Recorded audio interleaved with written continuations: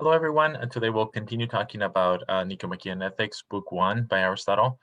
What is Aristotle's own view? All of everything up until now has been set up for Aristotle's own conception of the good life, conception of happiness. And he gives us a pretty cool argument through the function of man or the function of the human person as a way of getting at his own view. So let us look at that. Here's what Aristotle says. Quote, to say that happiness is the best good is perhaps to say something that is apparently commonplace. It tells us something important, but doesn't quite fully give us the answer. It tells us some characteristic about the happy life, but not exactly what it is. And we still need a clearer statement of what it is. Maybe then this would come about if the function of the human being or the person or man were grasped. For just as for a flute player, a sculptor, and every craftsman, and in general for whatever has some function or action, the good, the doing well of the function, seems to lie in the function. The same also seems to hold of a human being or person. Uh, so again, Aristotle's vocabulary is a bit, alien to our ears, but he's pointing out something important. Uh, to get at, to understand what happiness is, what it is to do well as a human being, we have to look at what it is to be a human being. In This is just an instance of a generic thing that we see everywhere. Think about the case of the sculptor or the flute player. What makes someone be a flute player is that they perform a particular function. Namely, they play the flute. If someone does not play the flute, they're not flute players, right? It is the doing of the function, the performing of the function that makes them be flute players, right? So what distinguishes some things being flute players versus the things that are not flute players is the performing of a particular function, namely playing the flute. Um, so the function is the thing that makes them the things that they are, is what makes them what they are. To be a flute player is to perform the function of playing the flute. That's the first observation. Second observation, how do we know whether someone who's a flute player is a good flute player or a bad flute player? What's the excellence or the good of that thing, the flute player? Well, the function also gives us that, but not performing of the function, but doing it well. If a flute player plays the flute badly, is a bad flute player. If a flute player plays the flute well, it's a good flute player. So the function defines what a thing is, first observation. Second, the doing well of the function defines the thing being a good version of that versus not. So sculptor, I count as a sculptor if I make sculptures. If I don't make any sculptures, I do not count as a sculptor. So the performing of the function distinguishes sculptors versus not sculptors, and then the doing well of the function distinguishes the good sculptors from the bad sculptors, right? So the function drives the kind of thing that the things are, and also whether they're good or bad at being that thing. So the question is there something like a function of man, a function of humanity? Is there a particular thing, that a particular function that must be performed for one to be a human? And if there is, what is it to perform the function well? And if to perform the function well will be to do well as a human, right? Just like to play the flute well would be to be a good flute player, and then to do well as flute player goes. Likewise, if there's a function for humanity, to perform the function well would be to do well in life, right? To have a good life. That's the basic insight. So what is this function? Here are some of the alternatives. What then could this be? What could it be this function of humanity? For living is evidently shared with the plants as well. But we are looking for what is special to us. So in other words, you might think that, oh, here's what makes humans the thing that humans are, namely that they're living beings, right? It's the function of living that defines humanity, humans. And Aristotle says, well, we are living beings, and to the extent that we're living beings, we're performing the function of living. Uh, but that's not special enough, right? Like there are other living beings like plants and animals that are not humans. So living is not the essence of humanity. It's not the thing that defines what humans are. Why? Because there are some non-humans that are living, like plants or animals or other animals. So living is not what defines us. So just to live long, it's not the same thing as living well, right? Living well is being a good human, is faring well, is having a good life. Um, Hence, we must set aside the living consists in nutrition and growth, right? So nutrition and growth are the essential kind of elements for living. And that's just not the function of humanity. That's the function of living or being a living thing. Um, so what else can it be? Well, it can be sensation or perceptual living, he calls it. But he thinks for this very similar reasons, well, no, because like oxes do that, dogs do that, right? Other animals that are not humans do that. So being a perceptual or sensory being is not confined to humans. Other, dogs can see, they can have sensation as well, can perceptions as well. So it is not what defines us. Living the life of the sense as well, in which pleasure is going to be a part, is not quite distinctive of humanity. So what can it be? And Aristotle thinks, well, there are really three main alternatives. There's living, which plants, animals, and humans have. There's being sensory, capable of sensory capacities, and which includes like locomotion, he thinks. And animals do that, and humans do that. And then there's reason, capacity to know. And that's what we have. That's what distinguishes us as humans. There remains then some sort of practical living on the part that has reason. If then the function of a human being is activity of the soul in accordance with reason and not without reason. And furthermore, the thing we learned earlier, namely that the excellence of good of the thing is the doing well of its function that makes it be the thing that it is. Uh, then the good human turns out to be the activity of soul in accordance with virtue. And and if there are more virtues than one, then and the performance of those things in accordance with most of those virtues. But anyway, is this the idea is that what is distinctive of humanity is reason that we can know, and the things that are we can do because of reason, form personalities, form relationships, act morally and responsibly, and so on. It is the kinds of activities that are like that. Then they're not just like nutrition and growth, the living part, or not just sensation seeing and things like that. But the more human element is the having of a personality, is the things that are connected with reason, with knowledge, with thinking. In the doing well of that is virtue, right? Intellectual, artistic, and moral virtue in particular. So being human is performing the function of having activities in accordance with reason, and being a good human is performing those activities well. Someone who develops their artistic, moral, and intellectual capacities is doing the activity of humanity well. And that's his view. That's the heart of his view. To have a life that is worth living is to be a good exemplar of the kind of thing that you are.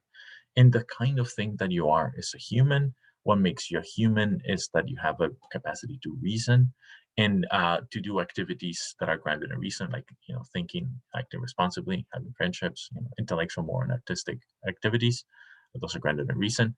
And to do those well is to be a good human, much like being a sculptor, right? To make sculptures is to be a sculptor. To act on the basis of reason is to be a human.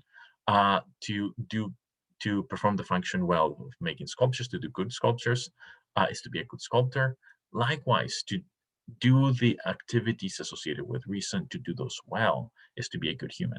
To grow and develop morally, artistically, and intellectually is what it is to do well as a human.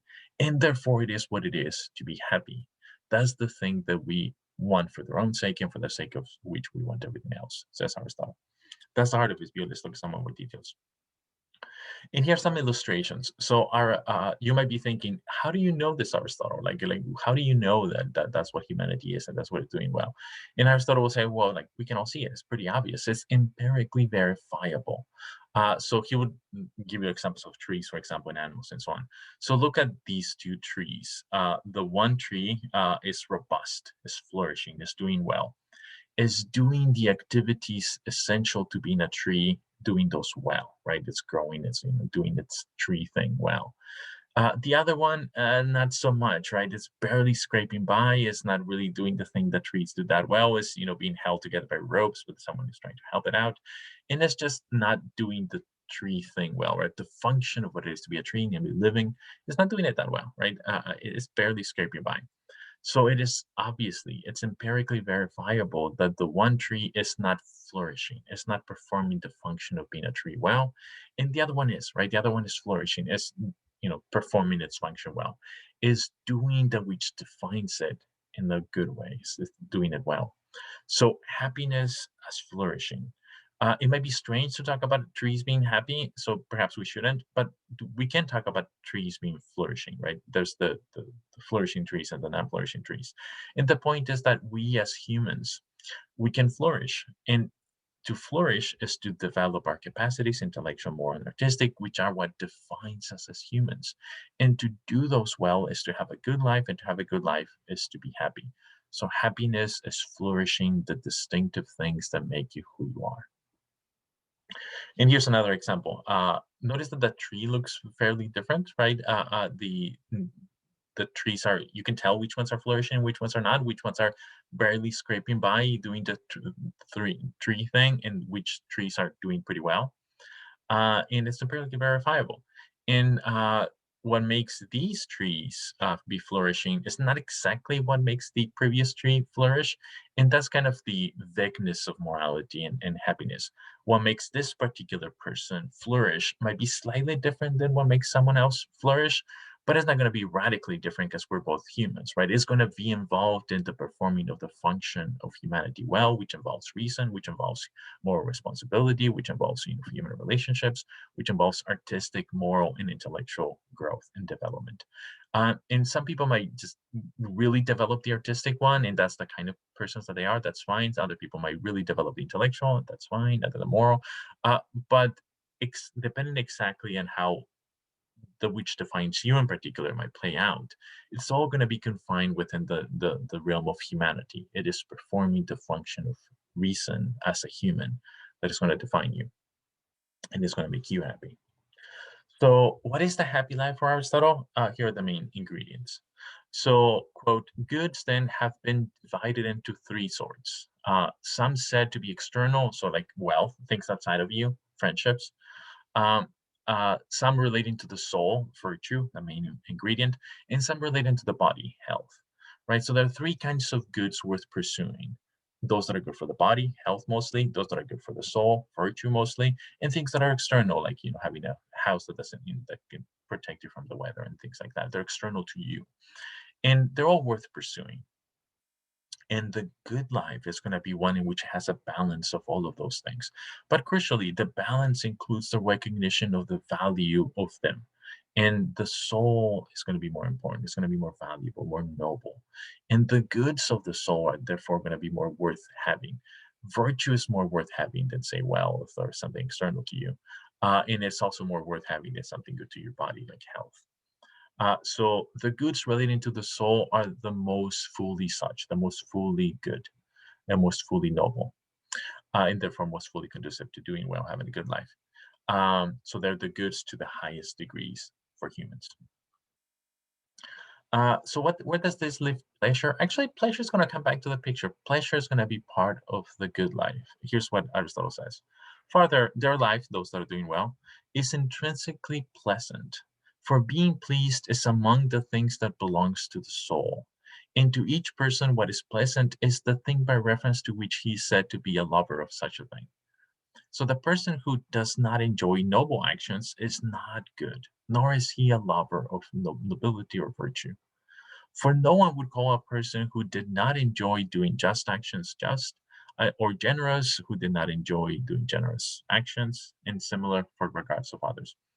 In other words, part of what it is to grow in virtue is to reach a point in your growth in which you enjoy the activities of virtue. You're not really going to be just, or at least not fully just, if you don't enjoy doing just actions.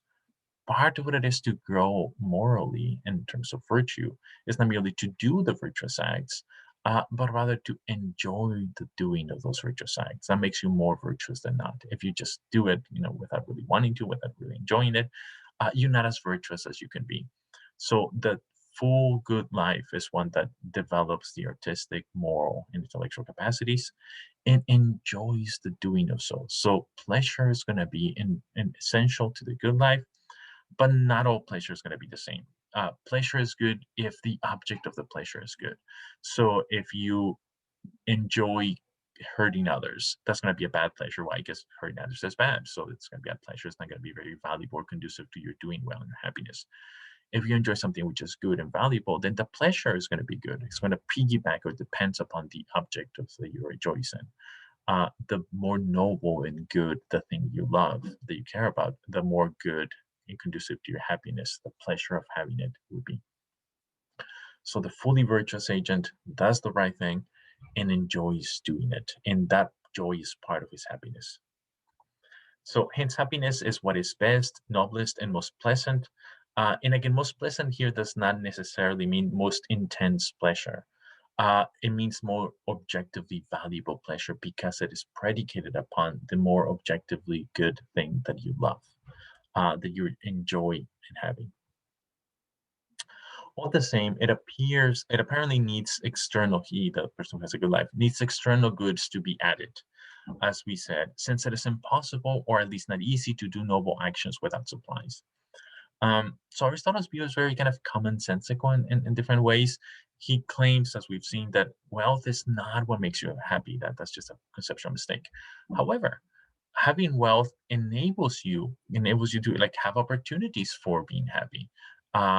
Being able to pay for the trip to go to Cancun with a friend enables you to, gives you an opportunity to develop friendships, and friendships are good.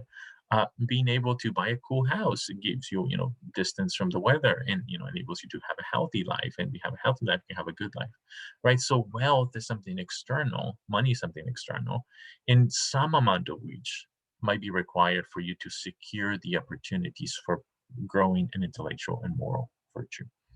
And therefore, some amount of those external goods are just going to be required for you to develop virtue. Not that that's what makes you happy, but rather than not having of which becomes an obstacle in you being happy. And being happy is again about intellectual moral, performing the function of humanity well.